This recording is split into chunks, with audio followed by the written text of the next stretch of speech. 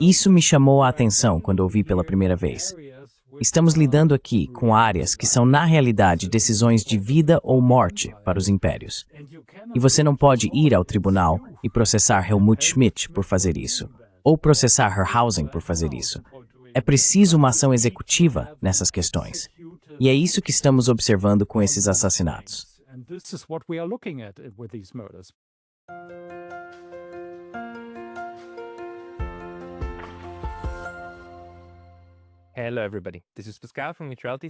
Olá a todos. Aqui é Pascal Lotas, do Neutrality Studies, e hoje estou conversando novamente com o Dr. Ola Thunander e Dirk Pohlmann. O Dr. Thunander é professor emérito do Instituto de Pesquisa para a Paz da Noruega, em Oslo, e o Sr. Pohlmann é autor e documentarista alemão. Já conversei com ambos separadamente antes, mas hoje queremos fazer um painel sobre os assassinatos políticos na Europa ao longo da Guerra Fria e durante o momento unipolar, quando pessoas que trabalhavam pela paz e pela aproximação política com o leste e o sul global simplesmente morriam. Olá, Dirk. Bem-vindos de volta. Welcome back.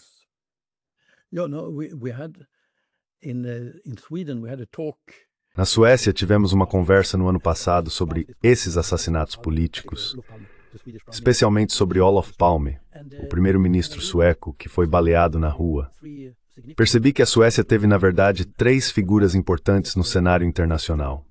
A primeira foi Folke Bernadotte, que lidou com a questão palestino-israelense. Ele representou a ONU e dividiu o território entre palestinos e israelenses, mais ou menos de forma igualitária. O segundo foi Dag Hammarskjöld, que foi secretário-geral das Nações Unidas. Ele foi abatido em Ndola, na fronteira entre o Congo, era Rodésia no norte.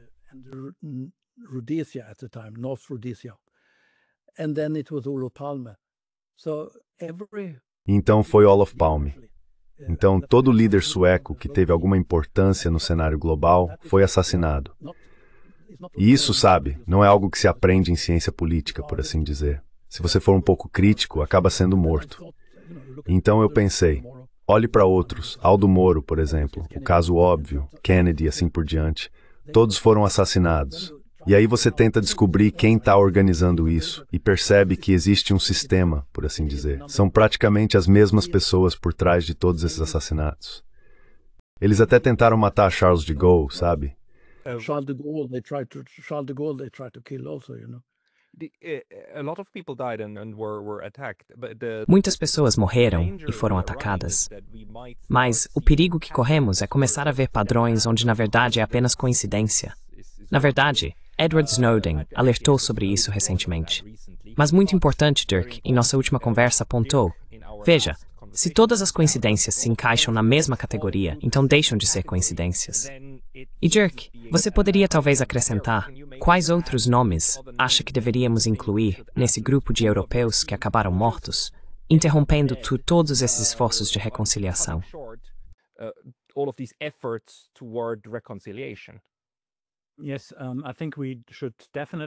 Sim, acho que devemos definitivamente ter uma breve conversa sobre Enrico Mattei. Paramos nesse ponto na nossa última conversa. Para mim foi impressionante o quanto esse caso se assemelha ao de Herrhausen. É muito, muito parecido em sua estrutura. E é correto dizer que há também o caso de Aldo Moro, sobre o qual precisamos falar. Há outra conexão aí.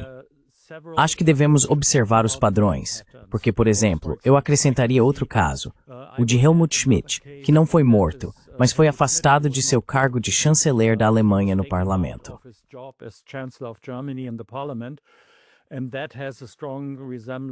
Isso tem uma forte semelhança com o que aconteceu com Alfred Herrhausen e Enrico Mattei, porque todos eles estavam começando a lidar, em grande escala, realmente na maior escala, com a União Soviética em questões de petróleo e gás. Então esse é outro exemplo. E quanto ao perigo das teorias da conspiração, sim, isso sempre existe. Mas somos lembrados com frequência de que ninguém deve pensar que isso passará despercebido se parecer próximo de uma conspiração. Pelo contrário, não se trata de teorias da conspiração. Trata-se de entender que há uma estrutura por trás disso. É importante não esquecermos disso. Portanto, não é apenas Scylla, é Scylla e Charybdis. Precisamos navegar entre esses dois perigos. Absolutely. Ola, Com certeza. Ola, quando você observa esses 3 suecos que morreram, e também as outras mortes políticas, e talvez até os sabotagens, quem você acha que deveria ser mais destacado para entender o nível em que esses assassinatos políticos afetaram o continente? I think that you have to go to Acho que você precisa voltar a isso. British. Por exemplo, havia um agente do MI5 britânico, Peter Wright, que escreveu um livro que Margaret Thatcher tentou impedir de ser publicado. Nesse livro ele descreveu preparativos para assassinatos que estavam sendo realizados pela CIA na época. Ele escreveu que havia visitado Angleton, o chefe de contra-espionagem, e Bill Harvey em Langley, na CIA. O foco deles era criar um grupo de assassinos. Essa era a principal preocupação. E Peter Wright diz que na Grã-Bretanha não fazem mais isso, e provavelmente não era verdade. Mas ainda diz, foi isso que se escreve foi isso. That is what he had said, and but he's proposed the French. Mas ele propôs os franceses, o jeito francês, por assim dizer, porque eles estavam muito envolvidos com assassinatos. Eles tinham tentado matar de Gaulle algumas vezes, e as mesmas pessoas estavam realmente envolvidas no caso Kennedy. Um dos principais assassinos que havia perseguido de Gaulle estava em Dallas, no mesmo dia em que Kennedy foi morto. Depois, colocaram-no em um avião para a cidade do México, o que fez de Gaulle decidir não ir para lá, mesmo tendo sido convidado. Ele cancelou a viagem porque esqueci o nome agora, esse homem estava indo para lá, e de Gaulle não queria estar na mesma cidade, embora a cidade do México seja um lugar bem grande.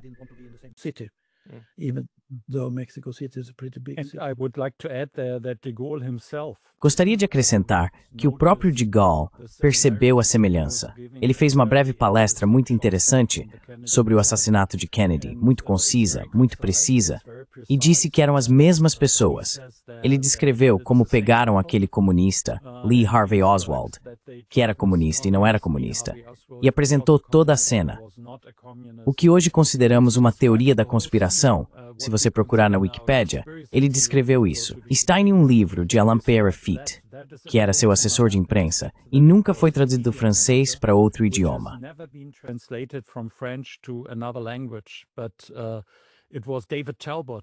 Mas foi David Talbot quem escreveu um artigo sobre isso e o citou. Isso é muito interessante. Então o próprio de Gaulle tinha a mesma opinião, de que as pessoas que mataram Kennedy eram as mesmas que haviam tentado matá-lo. E há outro caso, que nos desvia um pouco agora, mas não muito, porque é muito interessante. Enquanto de Gaulle queria conversar com Adenauer sobre a possibilidade de um golpe europeu, uma política de defesa conjunta em que os alemães teriam acesso às armas nucleares francesas. Ao mesmo tempo, Reinhard Gehlen, o chefe do BND na época, era na verdade um ativo americano.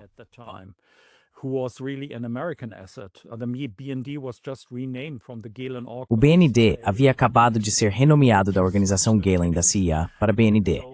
Eles apenas trocaram o nome. Então ele estava escondendo os possíveis assassinos que haviam sido condenados à morte na França pela tentativa contra de Gaulle. 2 generais, Raoul Salan e outro cujo nome esqueci. Eles estavam escondidos em um quartel de paraquedistas alemães perto das negociações, e Gehlen garantiu que de Gaulle descobrisse isso. Assim, para de Gaulle, não estava claro se Adenauer estava por trás disso ou se alguém estava tentando sabotar as conversas, o que provavelmente era o caso. Veja, tudo isso leva a estar conectado e não conectado, mas ainda assim conectado no sentido de que pode ser usado em políticas secretas.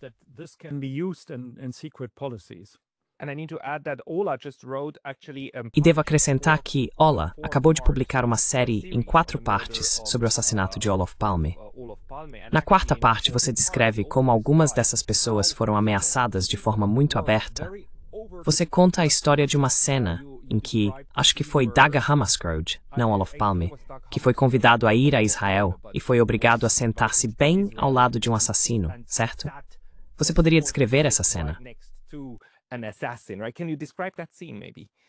Yeah. Sim, sim. Não, isso é, quer dizer, primeiro ouvi isso de um jornalista sueco, um embaixador em Israel, na verdade.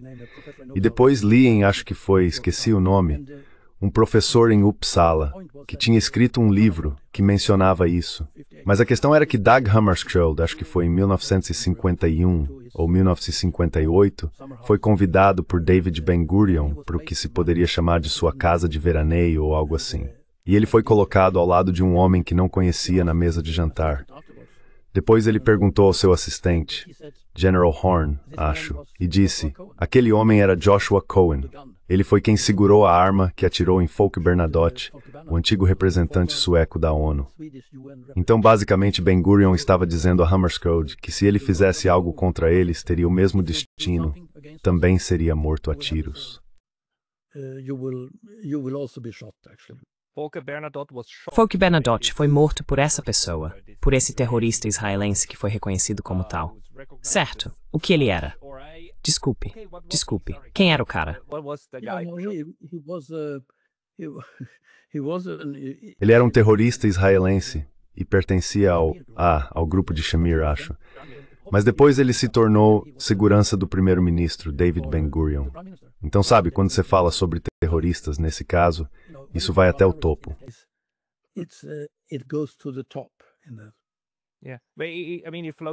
Quer dizer, isso remonta a como Israel, não Israel, desculpe, como grupos sionistas já usavam o terrorismo na década de 1920, chegando até a assassinar cidadãos britânicos no mandato da Palestina. Tudo segue nessa direção. Mas quando levamos isso adiante?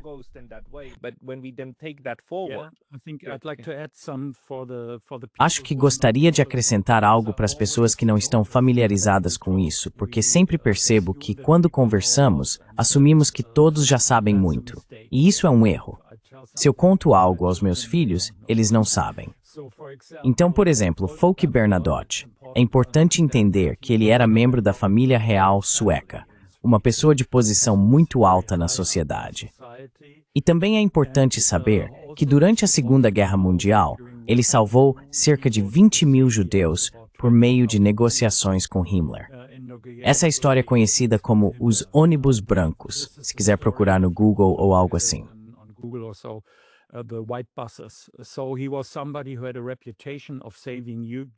Então, ele era alguém que tinha a reputação de salvar judeus durante a Segunda Guerra Mundial. E é preciso entender que as pessoas que o mataram, esse Joshua Cohen, eram membros do que se chamava de Gangue Stern. Há outro nome em hebraico, vou ter que procurar. Esse grupo era liderado por Yitzhak Shamir, que mais tarde se tornou primeiro-ministro. Sim, como é mesmo o nome? Lehi, acho. É, isso mesmo. Então esse é um ponto. E depois, claro, havia Menachem Begin, que era procurado pelos britânicos. Ele era um terrorista que explodiu o Hotel King David em Jerusalém, certo?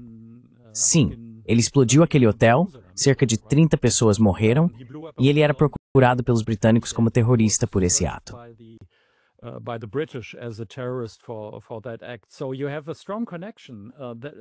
Então você tem uma conexão forte. Isso não está longe.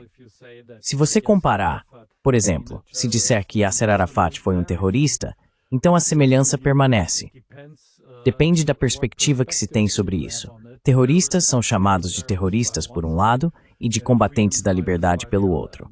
E o mesmo se aplica a Haganah, ao Irgun e a esses grupos judeus que realmente mataram muitas pessoas. Mas nesses casos que acabamos de mencionar, tudo é muito entrelaçado. É também por isso que mencionei de Gol e Galen.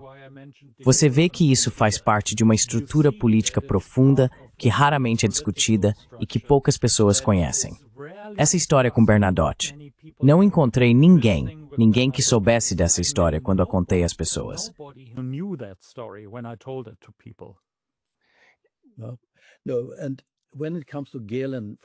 E quando se trata de Gehlen, por exemplo, ele foi chefe de inteligência para a Europa Oriental sob Adolf Hitler até o fim da guerra. Depois foi incorporado pela CIA e por Allen Dulles. Dulles criou a Gehlen Org, que era a organização da CIA na Alemanha Ocidental e que mais tarde se tornou o BND, o Bundesnachrichtendienst, o Serviço de Inteligência da Alemanha Ocidental. Quando Allen Dulles, como chefe da CIA, quis treinar as forças especiais egípcias, ele pediu conselhos a Gehlen. Gehlen recomendou Otto Skorzeny, uma ofensiva SS de Hitler. The favorite SS officer of Adolf Hitler. And he had a group of 20, 40 E ele tinha um grupo de 20 ou 30 pessoas da SS e da Wehrmacht que estavam treinando os egípcios. Então podia-se ter a impressão de que os nazistas estavam novamente contra os judeus, por assim dizer, porque os nazistas estavam treinando os egípcios. Mas, na verdade, Skorzeny se tornou um agente israelense, um agente do Mossad. Ele estava matando pessoas, cientistas de foguetes, para o Mossad. E na guerra de 1967, ele estava realmente informando os israelenses sobre todos os detalhes relativos ao Egito.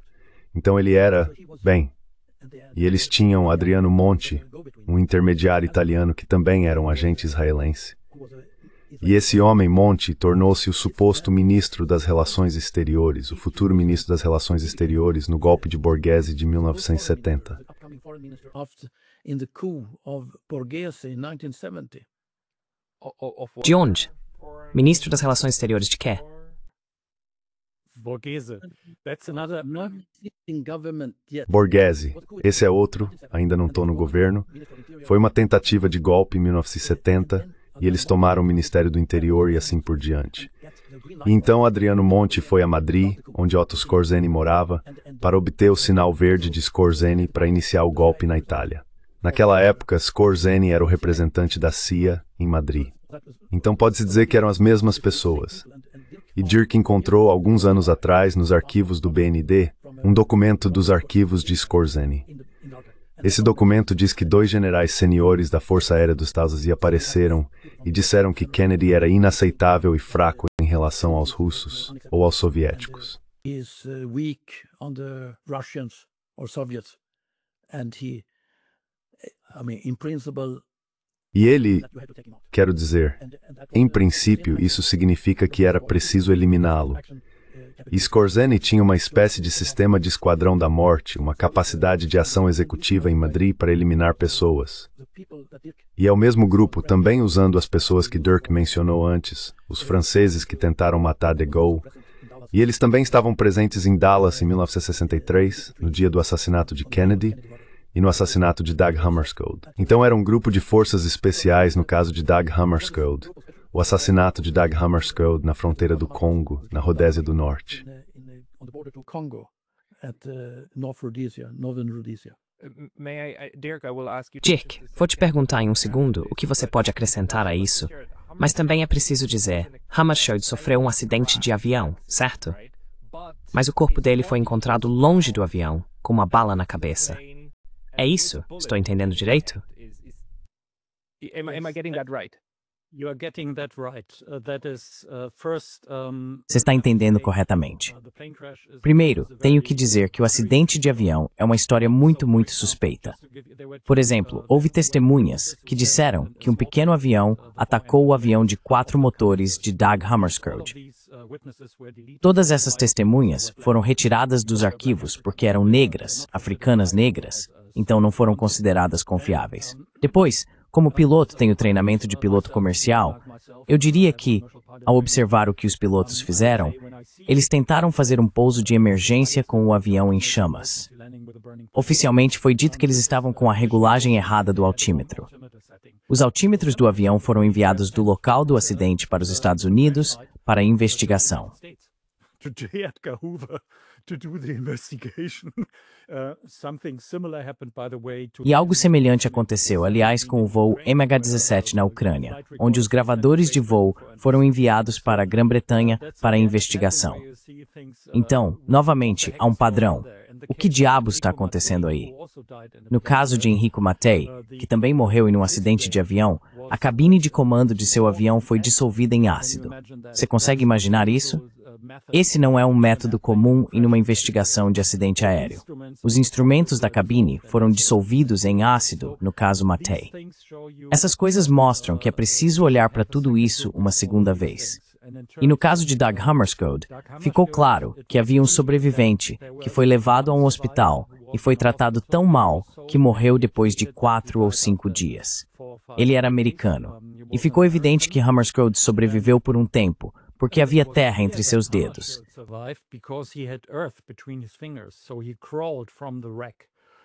Então ele rastejou para fora dos destroços, afastando-se da carcaça em chamas. E como você disse, mas o Ola pode contar isso melhor, eu acho, porque ele conhecia melhor o oficial norueguês, que fazia parte da equipe de segurança de Hammarskjöld. Ele foi um dos primeiros, acho que o primeiro, entre os que não eram mercenários. Já havia alguns mercenários antes no local do acidente, mas ele foi o primeiro dos soldados das Nações Unidas. Ele também disse, em uma entrevista antes de morrer, e o Ola pode contar isso, que viu um buraco de bala na cabeça de Hammarskjöld. E Hammarskjöld tinha uma carta de baralho, um as de espadas, no lenço que usava no pescoço, o tipo de lenço que ele costumava usar, o que também é um símbolo usado por assassinos profissionais. Foi usado no Vietnã por alguns soldados americanos, mas também pela máfia. Mas o Ola pode contar isso, porque ele sabe de tudo isso. É.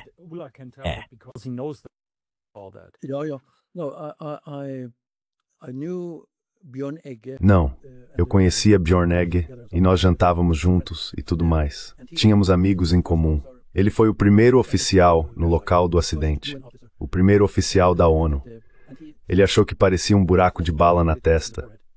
Mas o que ele percebeu foi que, na verdade, havia fotos que foram divulgadas, e isso foi retirado das fotos, de modo que não se podia ver. Havia fotos do corpo, mas elas já tinham sido manipuladas, a foto foi manipulada, e ele achava que os britânicos eram muito suspeitos. Agora, outro amigo meu costumava vir aos jantares em Lund, em nossa casa, quando eu estava na universidade, lá em 1970-71. Mais tarde, ele se tornou responsável pela investigação da ONU quando se tratou da Rodésia, ou da antiga Rodésia.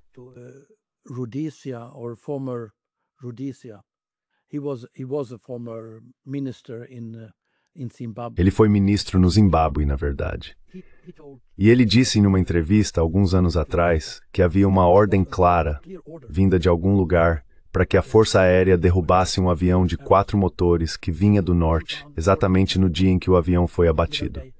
Então, nesse sentido, a Real Força Aérea da Rodésia recebeu a ordem de derrubar o avião, mas pode ter sido outro piloto que realmente o fez. Há muitas alegações sobre isso, e um homem, um mercenário belga treinado na Grã-Bretanha, disse a várias pessoas que foi responsável por derrubá-lo, mas não sabia quem estava a bordo.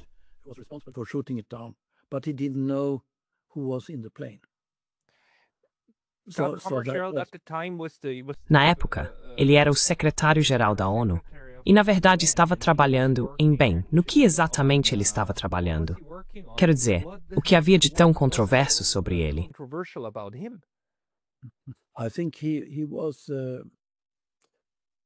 Acho que ele foi a escolha dos franceses. Os franceses o queriam porque ele falava francês fluentemente. Os britânicos acharam que ele seria aceitável, e os americanos também o aceitaram. Mas então ele não assumiu a posição do Ocidente contra o resto do mundo, por assim dizer. Ele apoiou a luta anticolonial na África. Teve algumas tensões com Lumumba no Congo, mas em geral o apoiava. E agora ele estava a caminho de Katanga para conversar com Tshombe, que havia criado seu próprio estado de Katanga, apoiado pelos britânicos e pelos belgas, porque era uma região muito rica em minerais, a maior parte do urânio do mundo, por exemplo. Então algumas pessoas queriam o controle daquela área. E é claro, se você tinha uma pessoa carismática como Lumumba, não podia aceitar que ele talvez tivesse o controle de Katanga. Quero dizer, havia outras coisas também, outros fatores envolvidos.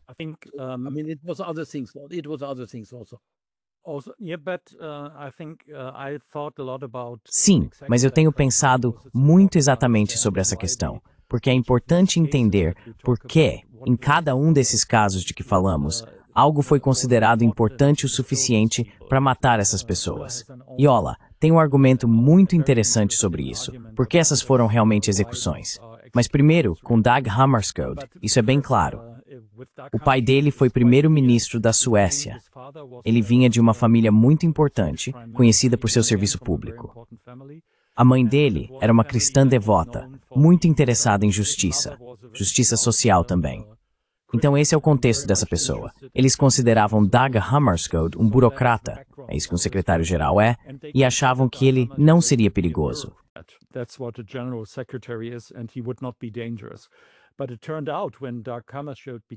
Mas acabou acontecendo que quando Dag Hammarskjöld se tornou secretário-geral, ele foi muito ativo, muito politicamente ativo.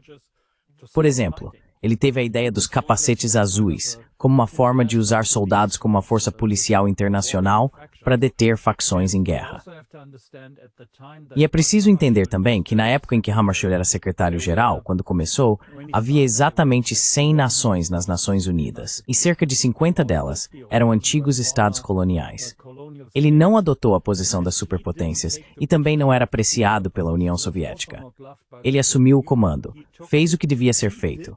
De certa forma, ele era alguém que não apenas falava aos domingos sobre direitos iguais para todas essas pessoas. Ele realmente lutava por isso.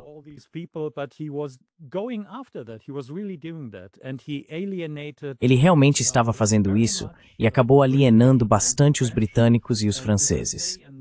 Pode-se dizer que no momento em que foi abatido, ele também estava trabalhando na Indonésia, onde queria que Papua Nova Guiné se tornasse um estado independente.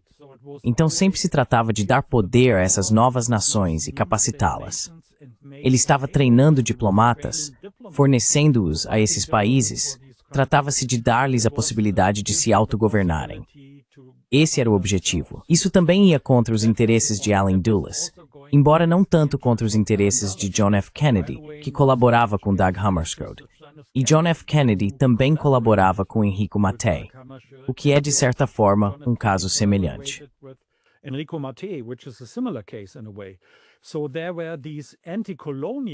Então havia essas ideias anticoloniais de que os países deveriam se autogovernar. Esse era o pensamento de Hammarskjöld, de Kennedy, de Mattei naquela época. E então havia os outros, a facção dos Dulles. Por exemplo, o irmão dele, John Foster Dulles, era o secretário de Estado dos Estados Unidos na época. E Allen Dulles, chefe da CIA, também atuava meio que como um ministro das Relações Exteriores extraoficial. Pois é, isso faz parte dos novos arquivos que vieram à tona. Eles, por exemplo, realizaram um golpe na Guatemala contra Arbenz, um presidente de origem suíça e social-democrata. O motivo foi que Arbenz queria distribuir parte das terras rurais à população para que pudessem cultivar seus próprios alimentos, especialmente bananas.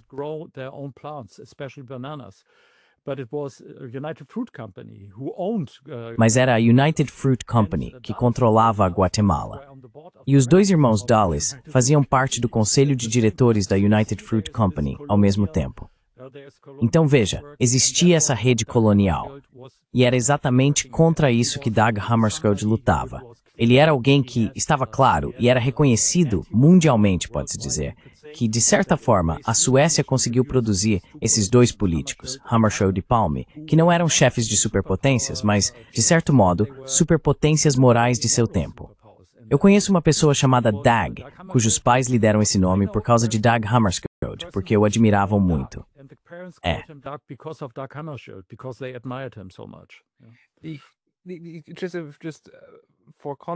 Só para contextualizar, quando discutimos esses casos, quero dizer, seria ingênuo pensar que todas essas redes de inteligência simplesmente viriam a público.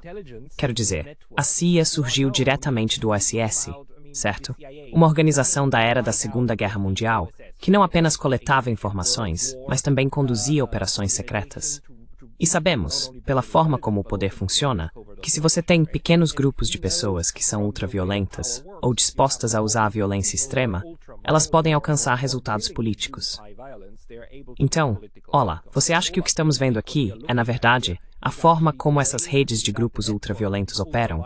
Porque eles são muito inteligentes, sob a cobertura da inteligência, nas sombras, eliminando certos atores políticos para distorcer todo o sistema em direção ao que eles querem. Quero dizer, basicamente eliminando a facção pacifista na América do Norte e na Europa, sempre que ela começava a parecer um pouco forte demais.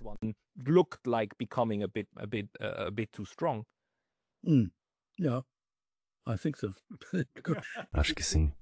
Quer dizer, se você olhar para a Suécia, Ola Thunander, o chefe de contra-inteligência na Suécia, precisava ter laços estreitos com seus equivalentes. E isso é muito importante. Acho que você sempre tem laços próximos com seu equivalente. Thunander tinha seus laços com Angleton na CIA, que era o chefe de contra-inteligência, e eles tinham conexões com um cara chamado McKay, no M6. Eles diziam acreditar que Olof Palme era um agente de influência. Foi isso que argumentaram, e foi nisso que o Serviço de Segurança sueco acabou acreditando. Então isso significava que não se podia contar ao primeiro-ministro sobre assuntos secretos, porque provavelmente ele era visto como um agente do outro lado. Because he was probably an agent of the other side. And the problem. Franz disse que o problema que tivemos foi que havia um social-democrata no serviço de segurança e ele era um traidor. Ele estava informando o primeiro-ministro, foi até o primeiro-ministro e contou a ele sobre o que estávamos conversando.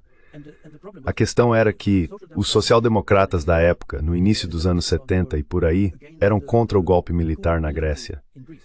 Alguns social-democratas tiveram que fugir do país e outros foram presos. Depois, o Serviço de Segurança sueco conseguiu os catálogos telefônicos dessas pessoas e os enviou de volta à Grécia. Foi o mesmo com os golpes no Chile e na Argentina. O Serviço de Segurança sueco enviou informações sobre esses refugiados na Suécia e seus parentes para a CIA, que então repassou tudo ao Chile e à Argentina, para Pinochet. Então, nesse sentido, o Serviço de Segurança estava do outro lado. Eles estavam trabalhando para os americanos.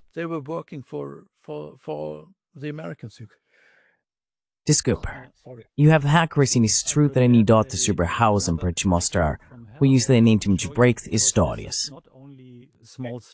Herr Hausen, o ex-chefe alemão do Deutsche Bank, que foi assassinado em 89.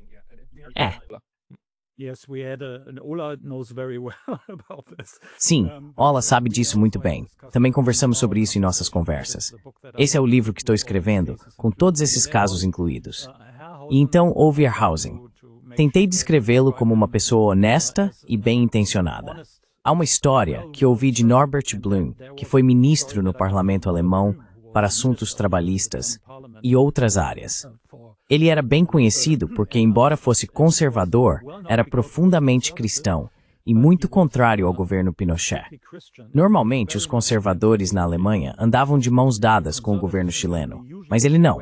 Ele foi até lá e tentou tirar da prisão um alemão de esquerda, o que de fato conseguiu fazer. E isso foi surpreendente para essa senhora.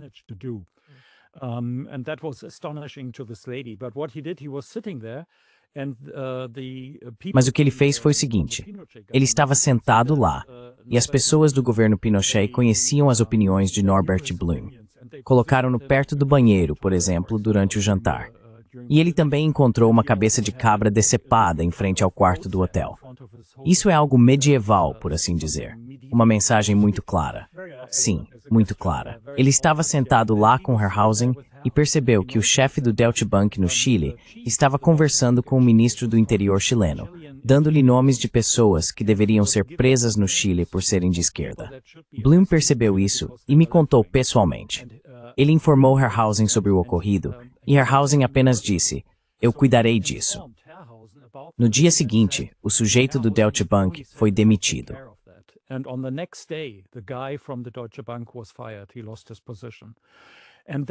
Ele perdeu o cargo. E isso não é apenas uma prova de que tipo de pessoa Hausen era, mas também uma prova, para o outro lado, de que ele não era uma pessoa confiável dentro da estrutura de poder que haviam instalado, onde os americanos e os chilenos formavam um grande bloco.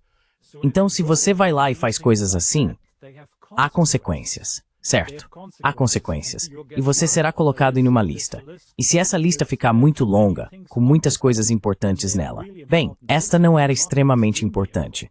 Era apenas uma indicação de que Hausen pertencia a uma facção diferente nesses tipos de assuntos. Essa era a facção ética, a mesma a qual Norbert Blüm também pertencia. Eles tinham crenças semelhantes. E Enrico Mattei, sim, Enrico Mattei. Isso de novo, sabe? Eu acho que... Os anticolonialistas, basicamente, as pessoas que pensavam algo como vamos parar de controlar o mundo de forma centralizada, vamos construir algo em vez disso. Olá, você pode entrar na conversa?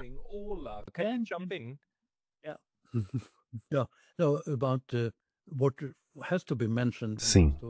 O que também precisa ser mencionado sobre Hausen são os oleodutos. O Deutsche Bank estava financiando o oleoduto entre a Alemanha Ocidental e a União Soviética. Os americanos ficaram furiosos com isso. Há um capítulo sobre o assunto no livro Victory, de Peter Schweizer. Trata-se do conflito entre Reagan e Helmut Schmidt. Helmut Schmidt defendeu os oleodutos, enquanto Reagan e Caspar Weinberger eram, respectivamente, presidente e secretário de defesa. Sal Casey stepped Gorky.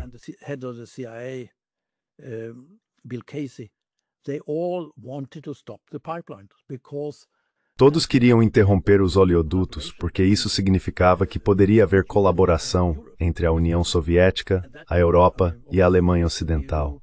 E isso seria, bem claro, seria como uma nova união ou comunidade do carvão e do aço, em que ambos os lados teriam uma dependência mútua.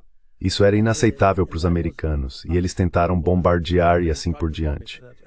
Dirk fez um documentário sobre isso, mas eles não conseguiram impedir, porque os soviéticos simplesmente consertaram e continuaram. Então isso vem acontecendo desde 1980 até hoje.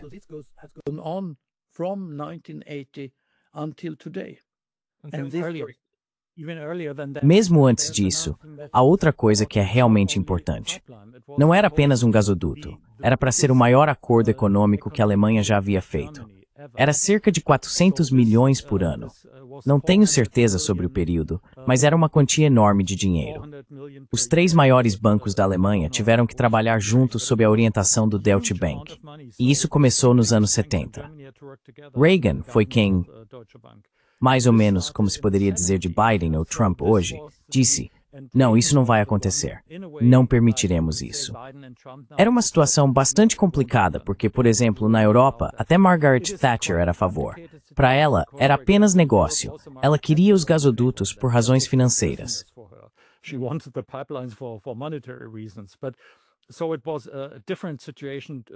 Então, era uma situação diferente da de hoje.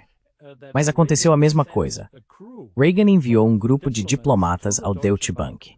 Isso está em um livro, não muito famoso, mas encontrei um capítulo inteiro sobre o assunto. O homem que era o segundo porta-voz do Deutsche Bank, ao lado de Herrhausen, até se tornar o único, era responsável pelos negócios com a Rússia, que não eram muito importantes na época, exceto por esse acordo do gasoduto. Eles foram enviados até ele, e ele disse que chegaram de forma muito hostil. Não pareciam diplomatas, eram mais parecidos com a máfia. Não são exatamente essas as palavras dele, mas você sabe, a mensagem era clara. Vocês não vão fazer isso.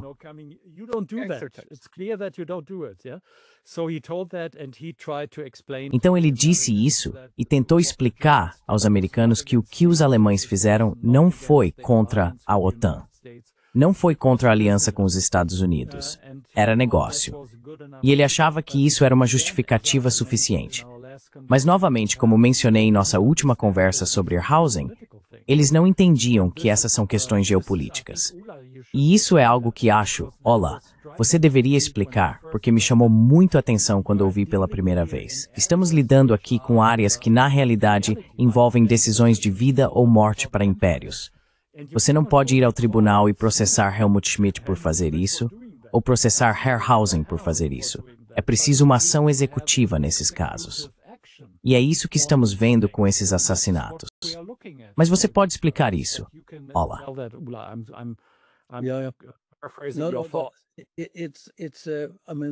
Quer dizer, o problema com muitas dessas coisas é que elas não são acordos formais.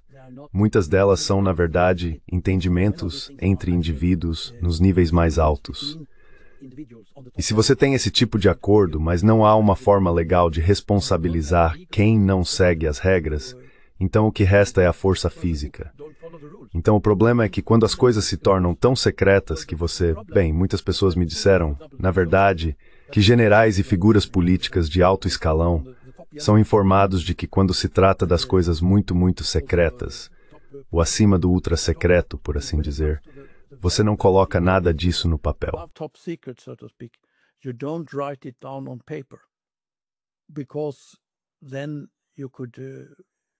Porque então alguém poderia vazar esse documento para um jornalista. Foi isso que, por exemplo, o ex-chefe de defesa da Noruega, General Sven Gundersen, disse.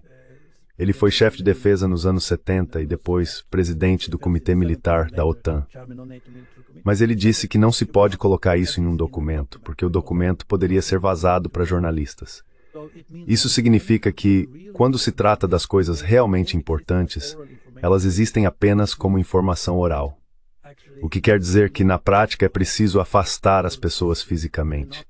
Não se pode colocá-las na prisão nem nada do tipo, porque elas não estão violando nenhuma regra. Então é isso, é nós.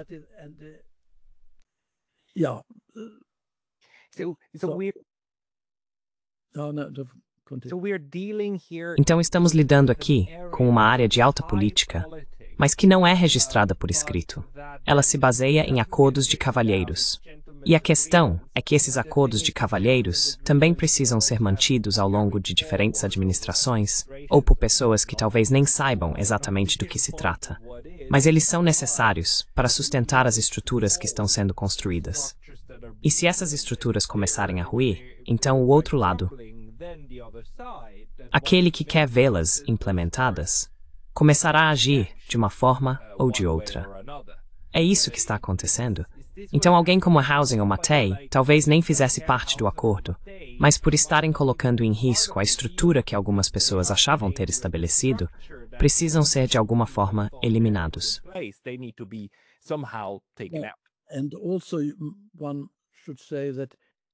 E também é preciso dizer que os soviéticos não estavam realmente interessados em avançar com seus exércitos pela Europa. Eles tinham preparativos para isso, mas não eram expansionistas nesse sentido. E os russos também não são. O problema era que, para ter uma defesa razoavelmente boa, era necessário haver a percepção de uma ameaça. Então era isso que existia na Europa e nos Estados Unidos. Era preciso fingir que os soviéticos estavam mais dispostos a usar a força do que realmente estavam. Isso é uma coisa. Mas a outra é que quando esses gasodutos começaram e se passou a ter uma convivência melhor com o outro lado, podia-se pensar, certo, talvez realmente possamos nos dar bem com eles.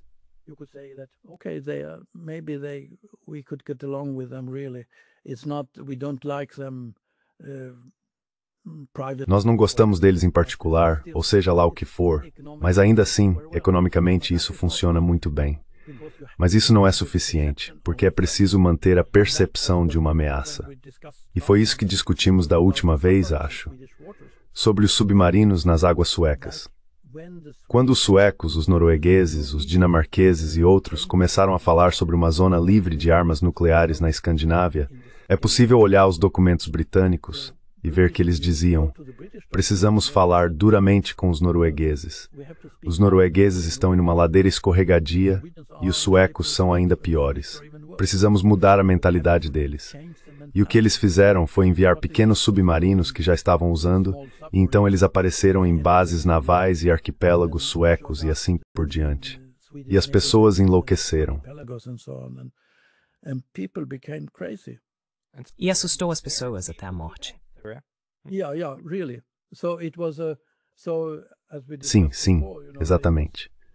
Então, como discutimos antes na Suécia, nos anos 70 até 1980, cerca de 25 a 30% das pessoas viam a União Soviética como uma ameaça ou inimigo real. Mas 3 anos depois que começaram as intrusões de submarinos, esse número chegou a 83%. Em apenas 3 anos, a Suécia se transformou em outro país. E isso mostra como é possível manipular uma população com muita facilidade. E isso foi percebido, acredito eu, se olharmos os documentos, como algo necessário. Fazer com que a população comece esse tipo de percepção de uma ameaça soviética.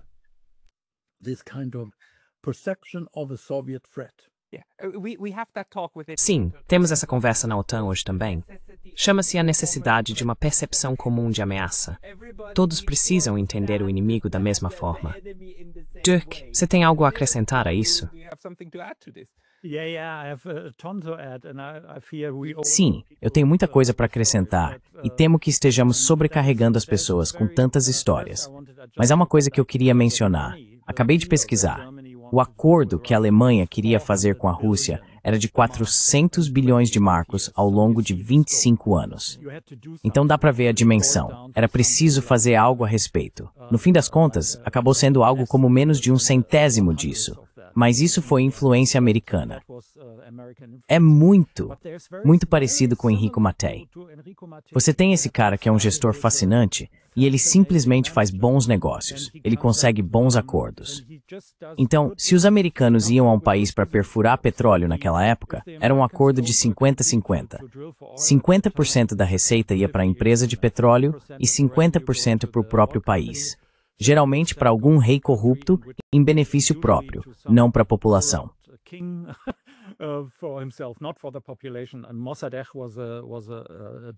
E Mossadegh era uma história diferente. Mas de qualquer forma, o iraniano foi deposto pelos Estados Unidos e pela Grã-Bretanha porque queria distribuir a riqueza do dinheiro do petróleo, como um bom democrata e admirador da América, para sua própria população. Ele não entendeu, acreditava demais na Constituição americana, por assim dizer. Mas então Mattei apareceu e disse, ok, existem esses acordos de 50-50, e isso significa que a empresa, a tecnologia e as pessoas vêm dos Estados Unidos e ficam lá. Se você fizer o acordo comigo, ao redor do Mediterrâneo, você fica com 75%, e fazemos uma joint venture. Vamos treinar o seu pessoal e vocês poderão fazer as coisas por conta própria. Adivinha com quem os países queriam negociar? Enrico Mattei. De repente, a Itália se tornou um país muito importante nas negociações de petróleo.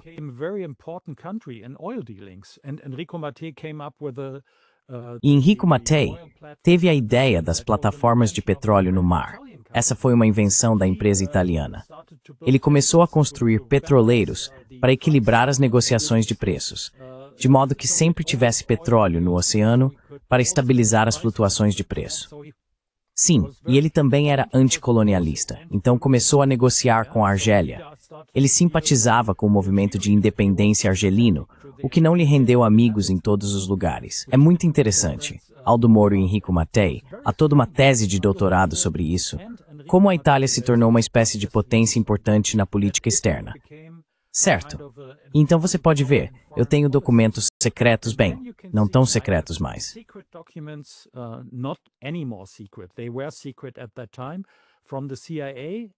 Naquela época, eram documentos secretos, da CIA e do Ministério das Relações Exteriores britânico. E ambos dizem que Enrico Mattei precisa ser cuidado. 2 dias antes de morrer em um acidente de avião, sai um artigo no Financial Times perguntando: será que o Sr. Mattei terá que sair de cena? E eu tenho um documento da CIA em que a indústria americana de petróleo informa à agência que Enrico Mattei, que estava prestes a fechar o maior negócio já feito na Itália, envolvendo petróleo, inclusive com a União Soviética, estava conduzindo a maior operação da história da economia italiana. Enrico Mattei tentava comprar petróleo dos soviéticos, e em troca, eles receberiam borracha sintética da Itália. E é algo enorme, do ponto de vista empresarial, um acordo brilhante.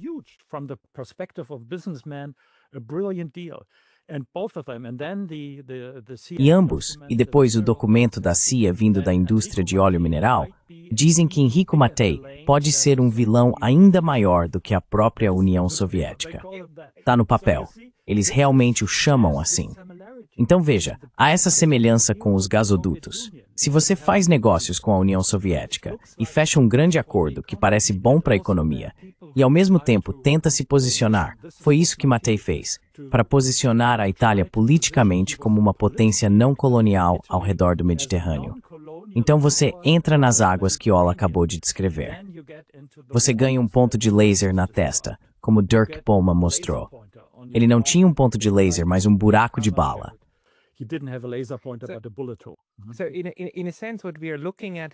Então, de certo modo, o que estamos vendo aqui, quando olhamos para todos esses assassinatos políticos, as mortes, a eliminação de figuras importantes, o que realmente estamos observando são essas estruturas, as estruturas ultraviolentas do Império Profundo, certo?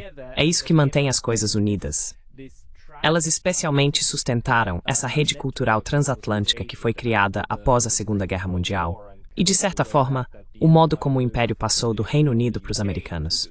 Essa estrutura manteve tudo coeso e conseguiu eliminar os impedimentos ou os problemas estruturais que poderiam surgir ao longo do caminho. Ola, você concorda? Yeah, but you should add that Sim, mas você deveria acrescentar que eles realmente trouxeram os nazistas, toda a estrutura nazista e fascista, para dentro da CIA e, em certa medida, também para o lado britânico. Mas na Itália, havia esse conflito em que eles recrutaram fascistas. Eles recrutaram a rede de resistência e também partes da polícia e outros setores do antigo regime de Salò, que era o que restava do regime fascista de Mussolini. E sabe, Skorzeny, como mencionei antes, foi quem primeiro salvou a vida de Mussolini e o levou para a Alemanha em 1943, acho eu. Então eles recrutaram todas essas pessoas, ou muitas delas, que faziam parte do lado mais sujo dos regimes nazista e fascista, e depois as usaram para seus próprios propósitos.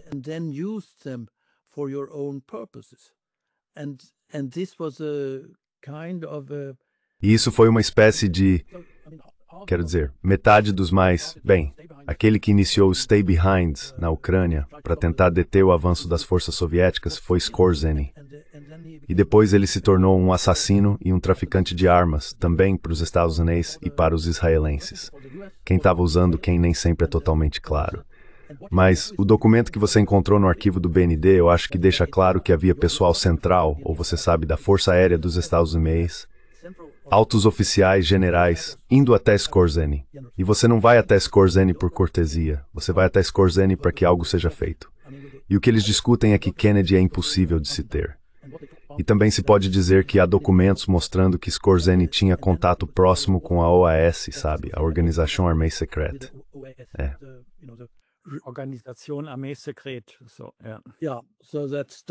Então isso começou quando eles queriam continuar tentando matar de Gaulle. Sim, as pessoas que tentaram matar de Gaulle eram aquelas contra a independência da Argélia. Sim, sim. Então isso significa que você tem uma rede de pessoas que eram assassinos profissionais e eles foram introduzidos no sistema italiano do Ocidente. Sim, acho que isso é importante de entender.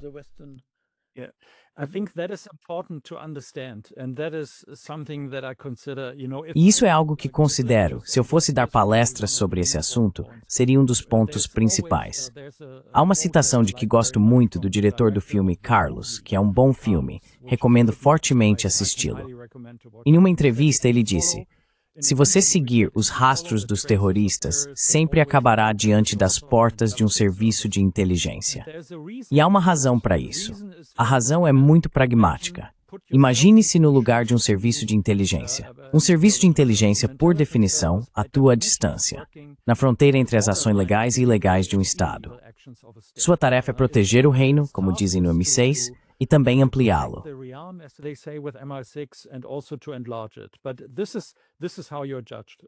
Mas é assim que você é julgado, se é eficaz nisso. E então, às vezes, você precisa se afastar. Pode haver uma situação em que a política prática determine que você tenha que matar Olof Palme, ou tenha que matar Matteotti, ou outra pessoa. Então você precisa de pessoas para fazer isso. Você não quer tê-las diretamente nos seus próprios serviços de inteligência, porque então os rastros levariam imediatamente até você. Por isso, existem entidades externas. E é aí que os terroristas entram em cena. Você pode usá-los para isso. A maneira mais inteligente é fazê-los fazer o que você quer, sem estar diretamente ligado a eles. Isso significa que eles precisam estar dentro desses grupos, e você precisa ser capaz de influenciar ou decidir quem será morto. Essa é a questão mais importante. Se você olhar para a facção do Exército Vermelho, veja quem foi morto.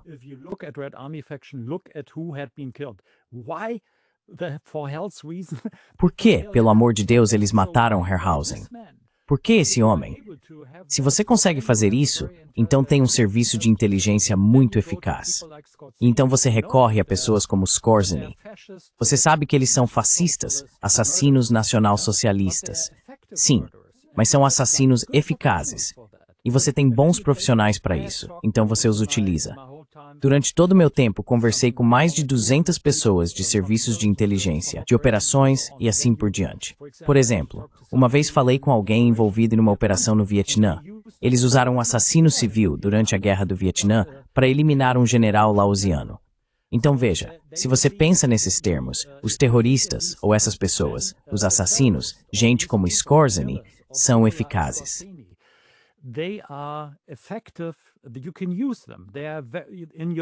Você pode usá-los. Eles fazem parte do seu conjunto de ferramentas. Talvez uma das coisas mais valiosas que você tem. E se nós, jornalistas e cientistas, não falarmos sobre isso, então o público em nossas democracias nunca ficará sabendo. Porque a CIA é uma organização que pode manter em segredo tudo o que quiser manter em segredo. Veja o caso de Kennedy, 62, 63 anos depois, e só agora estamos começando a ter uma noção do que realmente estava acontecendo. Então, em uma democracia, isso é uma questão muito, muito crítica. Precisamos entender que o que fazemos é importante, mas somos isolados, deixados de lado, chamados de teóricos da conspiração. E quando chegamos perto demais das verdadeiras conspirações, somos impedidos.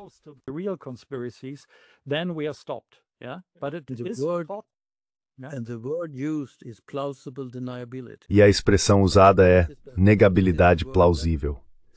Esse é o termo que resume o que você disse nos últimos 3 ou 4 minutos, por assim dizer. Sim, é isso mesmo. E foi isso, sabe, o que as principais autoridades americanas disseram quando se tratou do submarino na Suécia. Eles usaram embarcações italianas. E eu perguntei por quê. Por causa da negabilidade plausível. Sabe, você usa alguém de fora.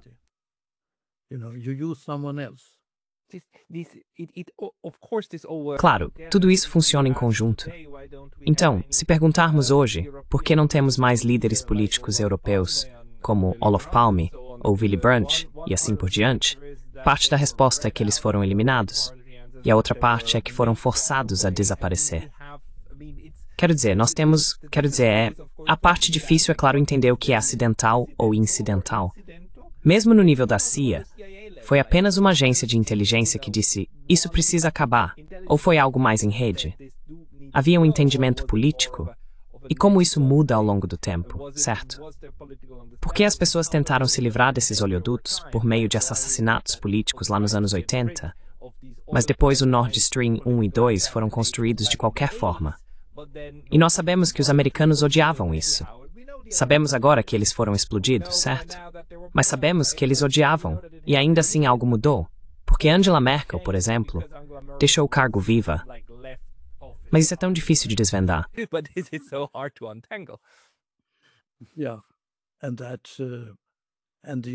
Sim, e você também poderia dizer que um oficial britânico do MI6, eu jantei com um oficial britânico do MI6, disse que Willy Klaes era impossível de se ter do ponto de vista britânico.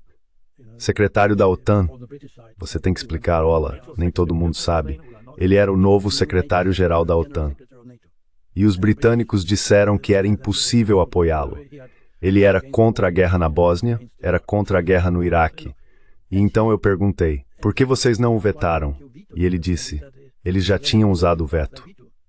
Depois de algumas semanas, surgiu o caso Augusta, e Willy Klaes havia recebido alguns subornos no acordo da Augusta para a compra de helicópteros italianos. Ele teve que deixar o cargo de secretário-geral da OTAN. E claro, foi o que o oficial do MI6 disse. Eles não acompanhavam todos os acordos de armas, mas sabiam quem podiam acompanhar. Ele foi forçado a sair por causa do acordo de armas, sabe? Então é bem claro que é assim que se faz. Você os tira do jogo. E se for corrupto bastante, não precisa ser morto.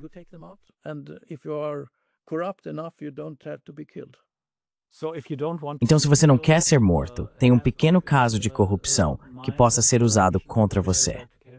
É uma espécie de apólice de seguro de vida. Então, de certo modo, toda a saga Epstein é, na verdade, sobre um tipo de seguro de vida para essas pessoas. Enfim, meus amigos, acho que essa é uma boa maneira de encerrar a discussão. Muito obrigado, Ola e Dirk, pelo tempo de vocês mais uma vez. Quero dizer, mal conseguimos arranhar a superfície, é claro, mas pelo menos estamos começando a entender o que está acontecendo. Ola, vou colocar os links para o seu podcast em 4 partes sobre Olof Palme na descrição deste vídeo. Dirk, vou colocar os links para você também. Assim as pessoas poderão encontrá-lo. Se quiser compartilhar algo com o nosso público, por favor me envie e eu incluirei nos links. Certo?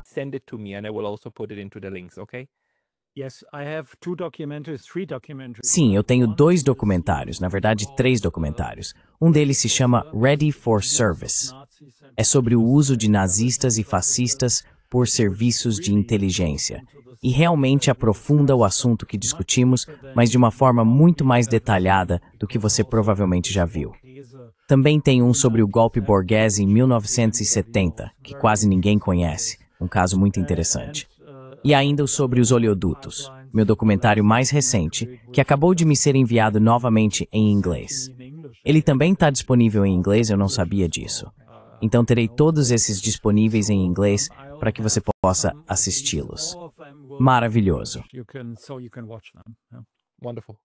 Olá, vocês dois me mandem tudo que tiverem, tá? Eu compartilho. Certo. E muito obrigado. Olá. Eu recomendo muito as 4 obras da Ola. Leiam, são de explodir a cabeça, fantásticas, realmente muito, muito boas. Obrigado. Thank you.